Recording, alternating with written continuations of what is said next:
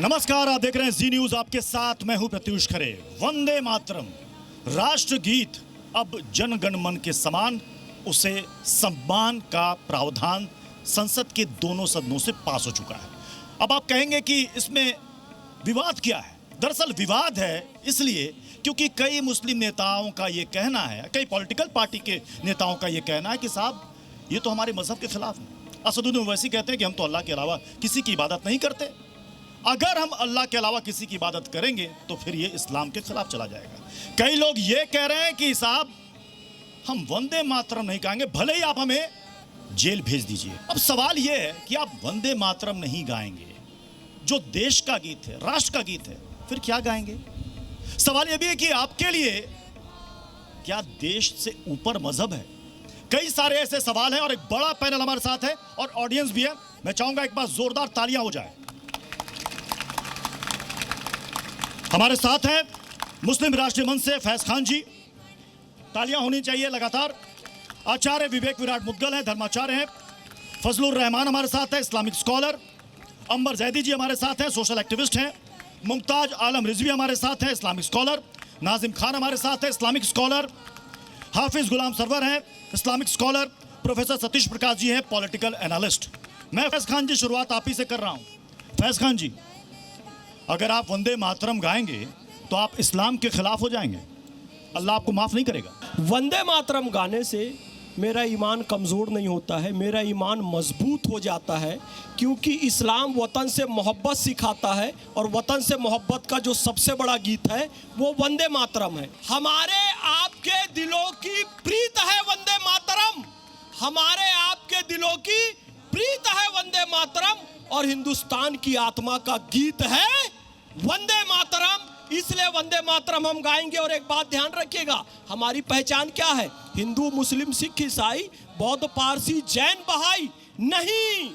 हमारी एकमात्र पहचान, हम कौन? हिंदुस्तानी। हिंदुस्तानी जो कहते हैं हम मुसलमान होकर गीत नहीं गाएंगे, वो मुसलमान नहीं हो सकते। ये कह रहे हैं कि जो इसका विरोध कर रहा है मुस्लिम नहीं, जो इसका विरोध कर रहा है वो मुस्लिम नहीं।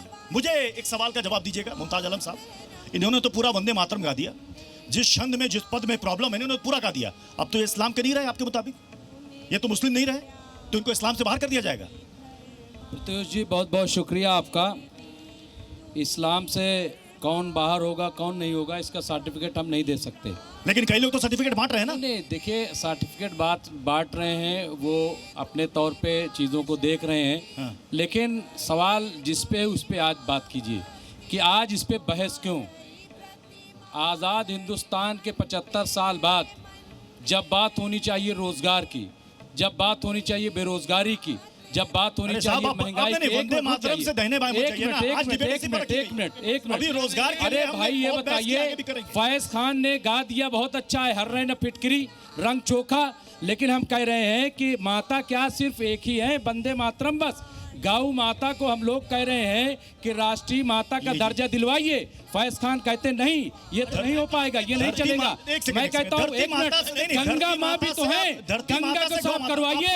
वहाँ पे जाकर नाले गिर रहे हैं गंगा माँ में, लेकिन गंगा माँ की जिस देश का खाते हैं, वहाँ की जिस देश का पीते हैं, मैं पूछना चाहता हूँ उस देश का गीत गाने में आपको प्रॉब्लम क्या है?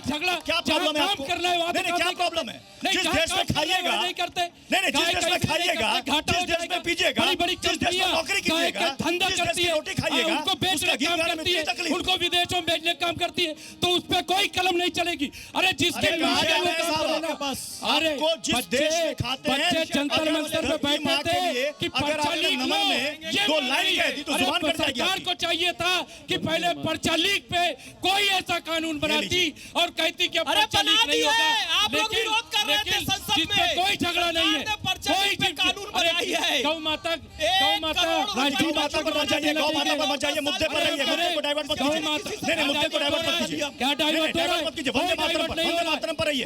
मैं अंबर जैदी जी, अभी सर बेरोजगारी पर बहुत बहस की हमने और उस पर आगे भी करेंगे। आज वंदे मातरम पर मुझे समझ नहीं आता। अंबर जैदी जी, एक सेकंड, अंबर जैदी जी, आप भी मुस्लिम हैं, फैज खान भी मुस्लिम है, मैं सीधा सवाल कर रहा हूँ, वंदे मातरम कहने से इस्लाम रोकता है क्या? अल्लाह रोकते हैं क्या? क्योंकि वो कहते हैं असदुद्दीन ओवैसी साहब, अल्लाह हमें माफ नहीं करेगा। मैं अपने रिलीजन के खिलाफ, मजहब के खिलाफ हो जाऊंगा मैं। देखिए प्रत्युष जी, मैं भारतीय मुसलमान हूँ और मैं गर्व से वंदे मातरम कहती हूँ।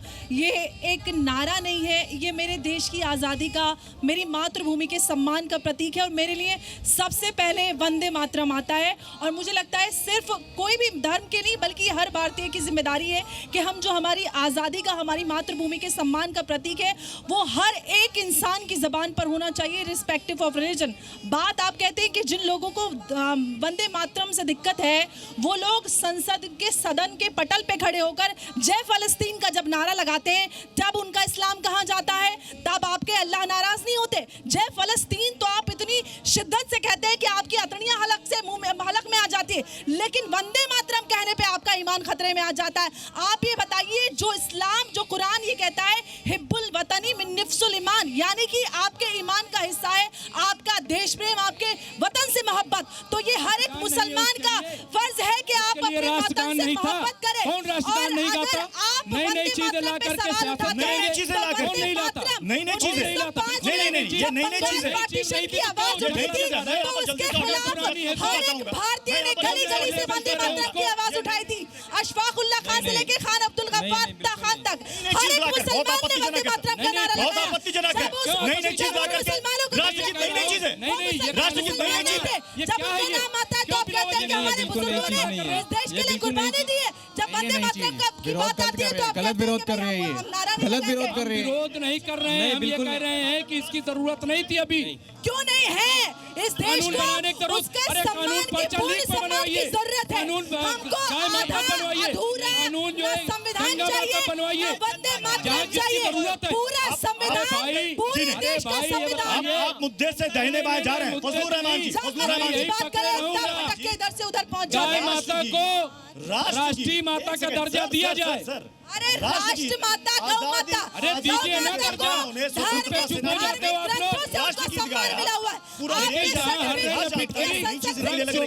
बिल के पास होने की आवश्यकता नहीं है। फजलुर पहले आप ग्रंथों को पढ़िए, खोखला काम, पहले खोखला काम। जानिए सनातन को, उसके बाद आगे एक सेकंड मर्जी दीजिए, मर्जी खोखला काम, खोखला काम। फजलुर रहमान, फजलुर रहमान। मैं इस शेर के साथ आगाज़ करता हूँ कि सारे जहाँ से अच्छा हिंदोसिता हमारा, और हम बुलबुले हैं इसकी ये गुलसिता हमारा। मजहब नहीं सिखाता आपस में बैर रखना, हिंदी है हम वतन है हिंदोसिता हमारा।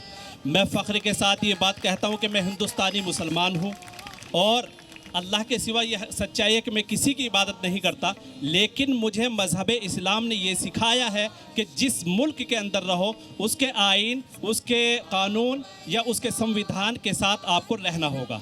मैं हिंदुस्तान के संविधान की कद्र करता हूँ और ये बात मुकम्मल बहुत सही पॉइंट आपने कहा कि आपके इस्लाम ने आपको क्या सिखलाया है, एक बार बताइए फिर से। मुझे मेरे मजहब इस्लाम ने सिखाया कि जिस मुल्क के अंदर रहो उस जिस मुल्क के अंदर रहो। हाँ ठीक है, अब मैं आ रहा हूँ गुलाम सरवर साहब, इस्लाम ने क्या सिखाया और क्या नहीं सिखाया बता दीजिए। जिस मुल्क में आप रह रहे हैं, जिस धरती पर इस वक्त हम लोग खड़े हैं, खाना पानी नौकरी चाकरी सब कुछ, जन्म यहाँ लेते मरते यहाँ पर है, वो उसका गीत गाने में दिक्कत हो जाती है क्योंकि वो मजहब के खिलाफ हो जाता है। मेरी माँ ने कहा कि बेटा मुझे चाहिए दवा और खाना।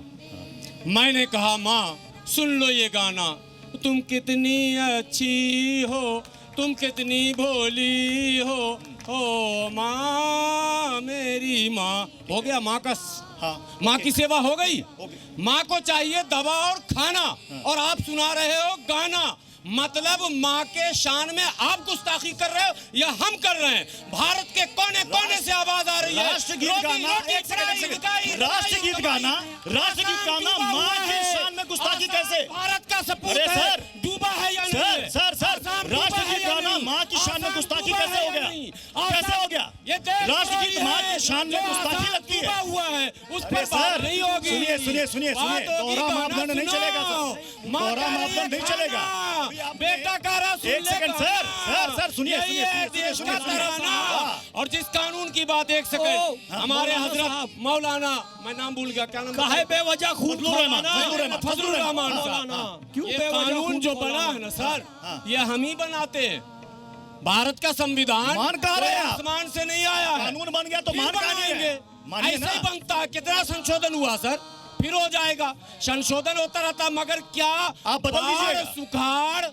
बाढ़ और मतलब सुखाड़ इससे ना गाने के लिए आप इसे बदल दीजिएगा। कराह रहे हैं, चिल्ला रहे भारत के सपूत, मैं डूब रहा हूँ, मुझे बचाओ। लेकिन संसद में बैठे लोग वंदे मातरम नहीं बोलेंगे। समस्या का समाधान नहीं होगा, गाने से नहीं होगा। देश के लोगों देखो क्या हो रहा है। भारत का आधा हिस्सा डूबा हुआ है, गुजरात डूबा हुआ है, आसाम डूबा हुआ है, बिहार डूबा हुआ है। ये सबसे बड़ी दिक्कत है, जैसे ही वंदे मातरम की बात कीजिए ना, मुद्दे को तुरंत डाइवर्ट करने शुरू हो जाते हैं। जिन लोगों ने गाय को सिर्फ हिंदू का माना है और बकरे को सिर्फ मुसलमान का माना है, उनसे हम वंदे मातरम पे कोई अच्छी टिप्पणी का उम्मीद नहीं कर सकते हैं। ओके, ठीक है। शर्म आनी चाहिए मौलाना साहब, शर्म आनी चाहिए आप लोगों को। इधर से किसी के पास सवाल? अगर देश में दिक्कत है तो इससे वंदे मातरम गाने या ना गाने का क्या रिलेशन है?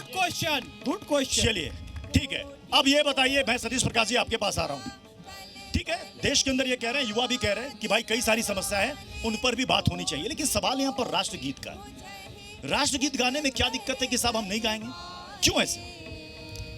प्रत्युष जी, एक दो लाइनें आपको सुना रहा हूँ। जी जी जी।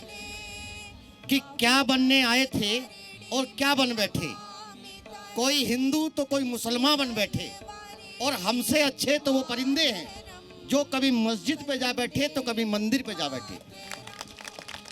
मुद्दा सुनिए, मुद्दा विरोध नहीं है। कुछ तथाकथित लोग, बीजेपी ने बाकायदा बंगाल के चुनाव में इसको चुनावी मुद्दा बनाया था।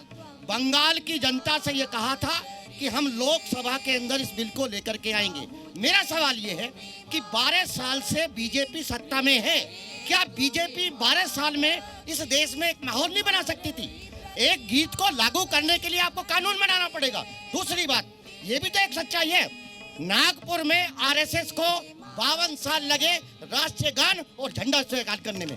मेरा मानना ये है, ये बच्चे हैं, इनको गाना नहीं, इनको रोजगार चाहिए, इनको सुरक्षा चाहिए, इनको व्यवस्था चाहिए, इनको एजुकेशन चाहिए। आपको मालूम है 2014 में नरेंद्र मोदी जी जब देश के प्रधानमंत्री बने तो इस देश का जो शिक्षा का जो हिस्सेदारी थी 4% थी, और न्यू एजुकेशन पॉलिसी में सरकार ने यह वादा किया कि हम 7.5 से 8% कहीं ना कहीं एजुकेशन को देंगे। आज कितना है?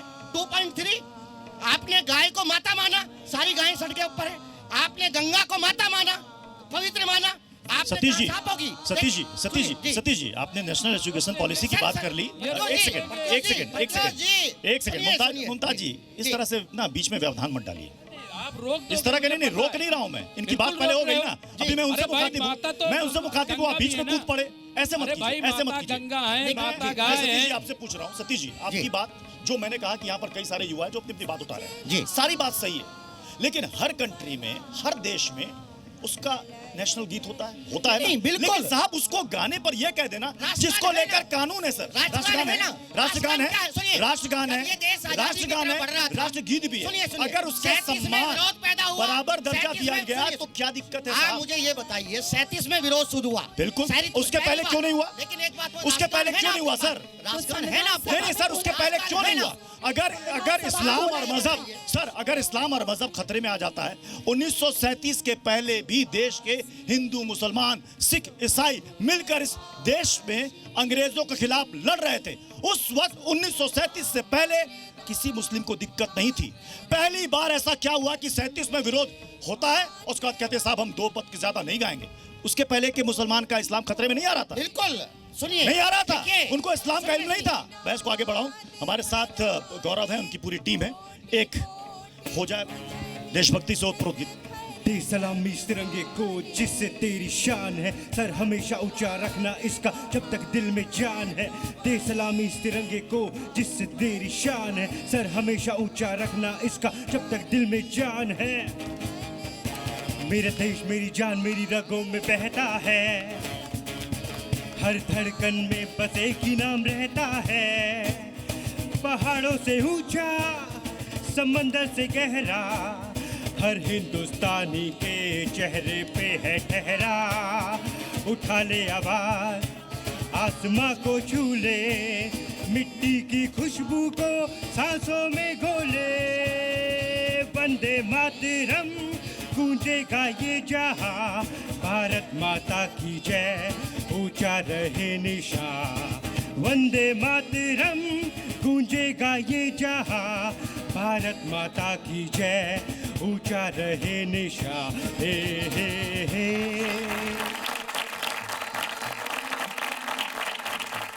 सत्य जी, अभी बेरोजगारी, शिक्षा, बहुत बात हो जाएगी।